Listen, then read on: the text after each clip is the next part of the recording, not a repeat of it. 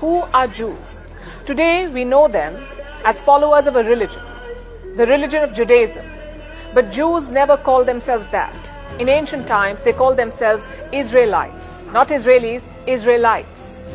These people originated around 1000 BC. And where did they live? In West Asia, roughly the same place as modern-day Israel. Jews trace their ancestry to three people: Abraham, his son Isaac, and his grandson Jacob. They believe God made a promise to Abraham, the promise of a homeland in present-day Israel. You may have heard Israeli leaders talk about the promised land. Well, this is what they mean: a land promised to them by God. And Jews did live here. Many call it the golden age of ancient Israel.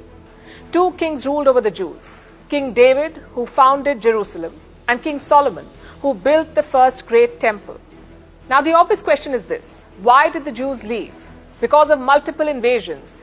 First came the Assyrian Empire, then the Babylonians, then the Persian Empire, then the Roman Empire, and finally the Ottomans. Each round of invasion led to Jews leaving their homeland. The peak was probably during the Roman times. Jews had tried to revolt against Rome. The response was a brutal crackdown. Roman generals besieged Jerusalem. They massacred the population and destroyed the Jewish temple. Those who survived fled. Now our story makes a time jump to the 19th and 20th centuries. The Jews have fled their homeland. Only a few thousand remain in West Asia. The rest are now spread across countries and continents. We are talking about a large diaspora. Poland had around 3 million Jews, Russia 2.5 million, Britain 300,000, and Germany 500,000. As anti-Semitism increased there, Zionism emerged, the call for a separate Jewish country. The likes of Theodor Herzl led the call. He decided to organize a World Congress of Zionists. Herzl wanted Munich to host it. But when Jews there rejected it, he settled on Basel in Switzerland. Around 200 Zionists attended this Congress, plus hundreds of onlookers. And they decided on creating a Jewish homeland in Palestine. Just one problem though: Palestine was not just vacant land. It was home to tens of thousands of Arab people. So how would Jews make it their homeland? Well, Herzl and company had a plan. Back then, Palestine was controlled by the Ottoman Empire. So in 1896, Herzl went to Constantinople, that's modern-day Istanbul, and he stayed there for 11 days, but he could not meet the Sultan. Nonetheless, he pushed on. Herzl relayed an offer to the Ottoman Sultan: "We will pay our foreign debt. In return, let us colonize Palestine." It was basically an attempt to buy the land. Herzl thought it was a godfather sort of offer, one the Sultan could not refuse. But the Ottoman Sultan did just that. He rejected it. So colonization was a dead end. That's when Zionists turned to Plan B: individual purchases. Jews could buy land from Ottoman landlords in Palestine, one piece of land at a time. This was the first wave of migration. Jews bought the land and began farming. But to the Arab population, one thing was clear: the Jews were not there to assimilate, they were there to rule, because after buying lands, they fired Arab workers and farmers. They also set up their own towns and centers, like Tel Aviv in 1909. And these settlements did not look like Arab ones. They looked out of place. To put it simply, they looked European. Most of this was funded from outside.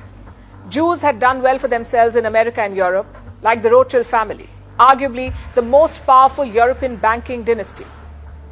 With their help, Jews bought land in Palestine. Still, it was a trickle. Things would pick up after the British got involved. Remember, this was before the First World War, so Britain was still the superpower. The Zionists asked London for help. The response was not quite as enthusiastic. Britain suggested alternatives to Palestine, like Uganda and Argentina. But the Zionists said no. They wanted their ancient homeland in West Asia. Then came the World War. Suddenly, Britain needed the support of Jews. So in 1917, they offered complete support. The British Foreign Secretary, Arthur James Balfour, wrote a letter to the Rothschild family. He said Jews would have a homeland in Palestine. He said Britain was committed to it, and after the war, they had the chance to do just that. The Ottomans were defeated. Britain was given control of Palestine. By now, Jewish migration had picked up. They were still a minority in Palestine, but they had their strengths: more organization, more money, and more support. An example of this was the Haganah. It was a Jewish paramilitary organization founded in 1920. its job to protect Jewish settlements in Palestine. The Arabs were no match for it. The Haganah had better intelligence, also better training thanks to the British. In the 1930s, Jewish migration picked up again. The reason was Nazi Germany this time. Hitler targeted and massacred Jews by the thousands. So those who could fled.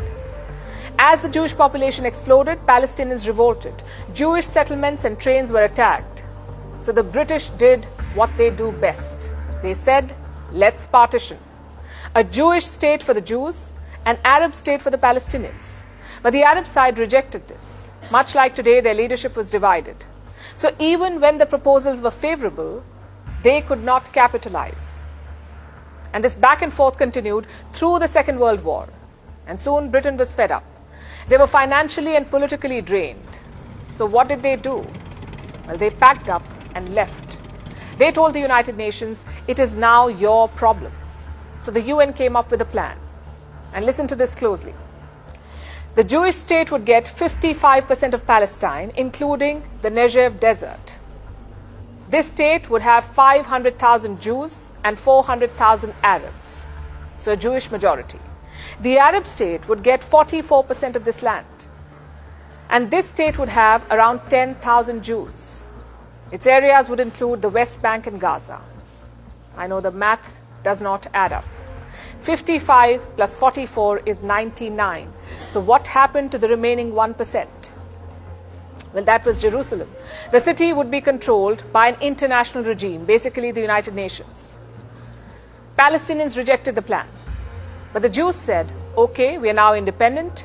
In 1948, they declared the state of Israel. And almost immediately, Arab countries attacked them, namely 5 of them: Egypt, Syria, Jordan, Iraq, Lebanon. But wars are not fought on numbers alone. The Arab leadership was divided. Each country had a different objective. Also, their supply lines were stretched. Israel, on the other hand, was motivated. They were fighting for their existence. And in 1949, they won the war. Israel now occupied 77% of Palestine. So after the war, you had 3 different parts: the state of Israel, the West Bank controlled by Jordan, and Gaza controlled by Egypt. And the Palestinians? It was a nightmare for them. 250,000 people were displaced from their homeland. The Arabs called it the Nakba. But the maps were not settled just yet. In 1967, another war broke out. Again, Arab states versus Israel. This time, Israel won an even more comprehensive victory. In 6 days, they captured 3 important territories: the West Bank, Gaza and the Sinai Peninsula, and the Golan Heights. Basically, all of Palestine and more. Later on, Israel returned Sinai to Egypt. They also formalized the border with Jordan. But the question of Palestine remains. Israel still controls the West Bank. They often build settlements and eat into Palestinian land. Over in Gaza, it's a full blockade. And right now, a full-blown war. So where do both sides stand right now? Palestine wants statehood based on pre-1967 borders, meaning the whole of West Bank, Gaza and East Jerusalem. Israel says it's not possible. They have built dozens of settlements inside West Bank, so Israel says the demography has changed. Plus, the country is always expanding. Any Jew anywhere in the world can become an Israeli citizen. It's called the Jewish law of return. So resolution looks far away. I know we call this a regional conflict, a West Asian conflict, but it's also an exported one. Europe discriminated against Jews. The Ottomans and Palestinians never did. Europe drove them out, and Europe asked them to stay in Palestine. But when the plan looked tough, they bolted. Classic colonial attitude. It's amply clear that there is no military solution to this problem. The question of Palestine cannot be answered with weapons. It requires politics. The only hope is that moderates on both sides can chart a course. And remember, statehood is not the end. It's just the beginning. Because after that comes neighborhood, the challenge of building friendship between the 2 states.